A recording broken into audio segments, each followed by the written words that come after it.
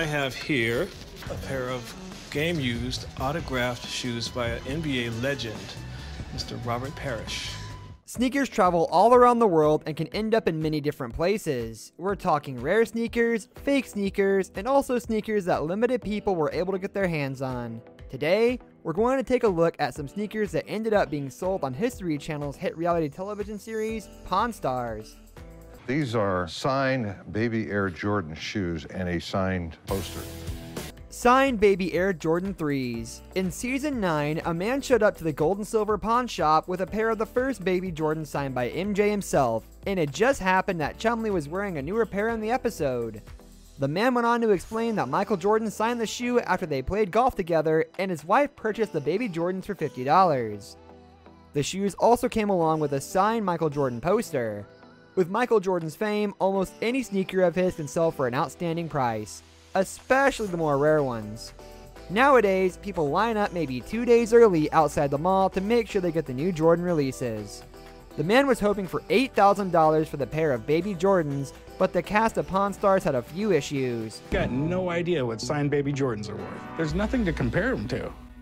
Do you need pictures or documents to back this thing up, or? First, they didn't know if the signatures were legit, and two, they had nothing to compare the shoes with.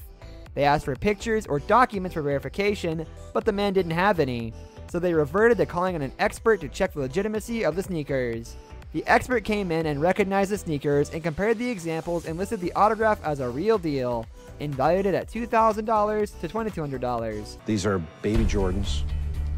I'd put the value of this piece right at around $2,000 to $2,200.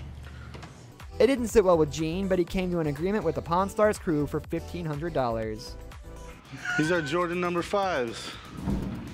Air Jordan 5s. Jordan 5, in an episode, a man brings in a pair of supposed 1999 Nike Air Jordan 5s. They originally sold for the price of $65. The guy bringing them in is hoping to get around $500 for the shoes.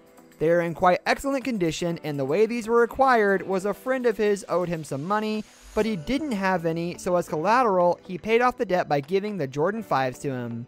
The seller accepted them as he was under the assumption that they are legitimate originals from 1990, as that is what he was told by the supposed friend. This is the shoe that Jordan won the NBA championship with in 1990. Fun fact, every time Michael Jordan wore the black and red originals, he was fined $5,000 as they broke the shoe color rules of the NBA. Chumlee, being very much so into shoes, is the one to come help out Corey to determine if the shoes are authentic. He immediately knows a ton about the shoes and mentions that a major part of the shoe is the tongue, being made from 3M material, making it reflective. When Jordan would fly for slam dunks, of course, the flash cameras would snap the moments. In the photos, the shoe's tongue will be very apparent that it is made from 3M, as it appears to glow reflecting the lights. Chumlee says the Jordan 500 Gs can go for several $100s. However, Chum drops the bomb that these are not the originals, but instead to reissue from 2009, meaning that the guy got ripped off by his friend. At least the money loan that was never returned was a decent amount. The way Chumlee can tell this is that the 2009 version of the entire shoe is covered in 3M instead of just the tongue, and the way to demonstrate this is cool. And we can take a picture of them and you'll see this whole shoe's made out of 3M. Only the tongue is supposed to flash out on the originals. You know what, Chum? You're right. Wow. That's going to be all for today's video, guys. Thank you so much for watching. If you enjoyed it, leave a like on the video and subscribe to our channel so you never miss out on any of our videos in the future. We'll see you next time. Goodbye.